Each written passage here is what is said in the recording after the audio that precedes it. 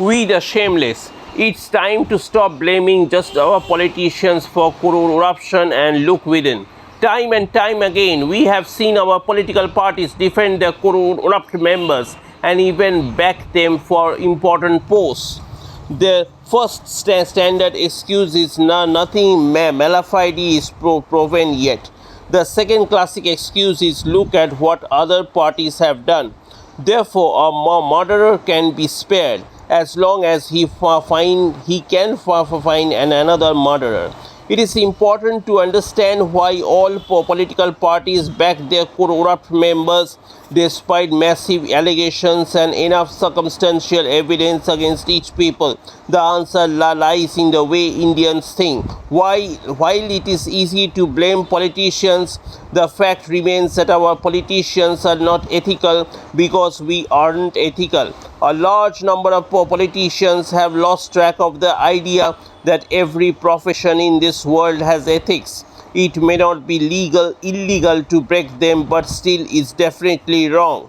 A doctor must treat his patient as soon as possible. It is assumed under ethical medical practice. But if he delays treatment, it would be hard to prove it illegal. A teacher must try to teach her students well, though if she doesn't, it won't be illegal. Society needs ethics as much as laws to function well. The simple better truth is that the electorate who just doesn't care much about financial impropriety. Sure, we bicker, moan and fuss about politicians looting us. However, it is not that high up in the hierarchy of wrongs a politician could commit. A more moderate amount of corruption is almost expected and accepted. It is only when graft is done in an obvious, large-scale and arrogant manner that Indians get somewhat upset, and that too for a short period of time. Do it, but don't be so blatant and rub in our faces is what we seem to be telling them. Tax evasion, dubious accounting, and shady friendships are almost seen as natural behavior for an Indian businessman. We don't see them as crimes. We treat them as a par with eating 4 plates of dessert, a bit greedy but understandable.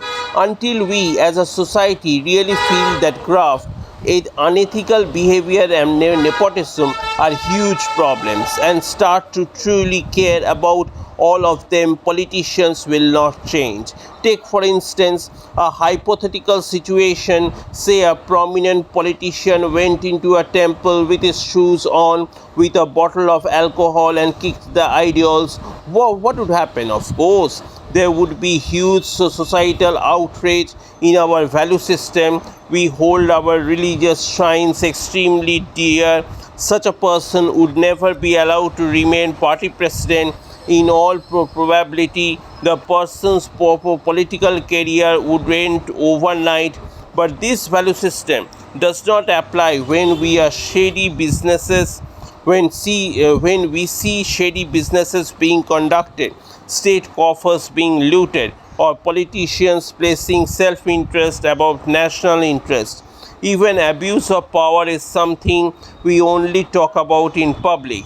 Deep down, we are complicit.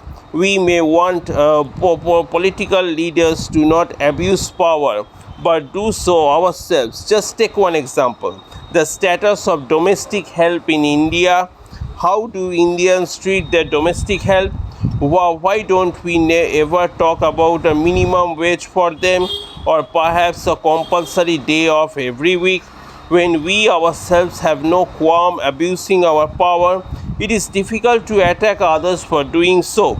We, the Indian society, need to reflect on who we have become.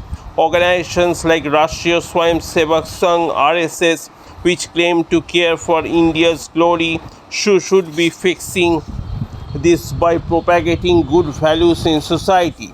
And parties which claim removal of corruption as their topmost agenda, like the Aam Aadmi Party (AAP), should also send out the message that it is a lack of values within us and not just a few bad guys at the top that has turned India corrupt.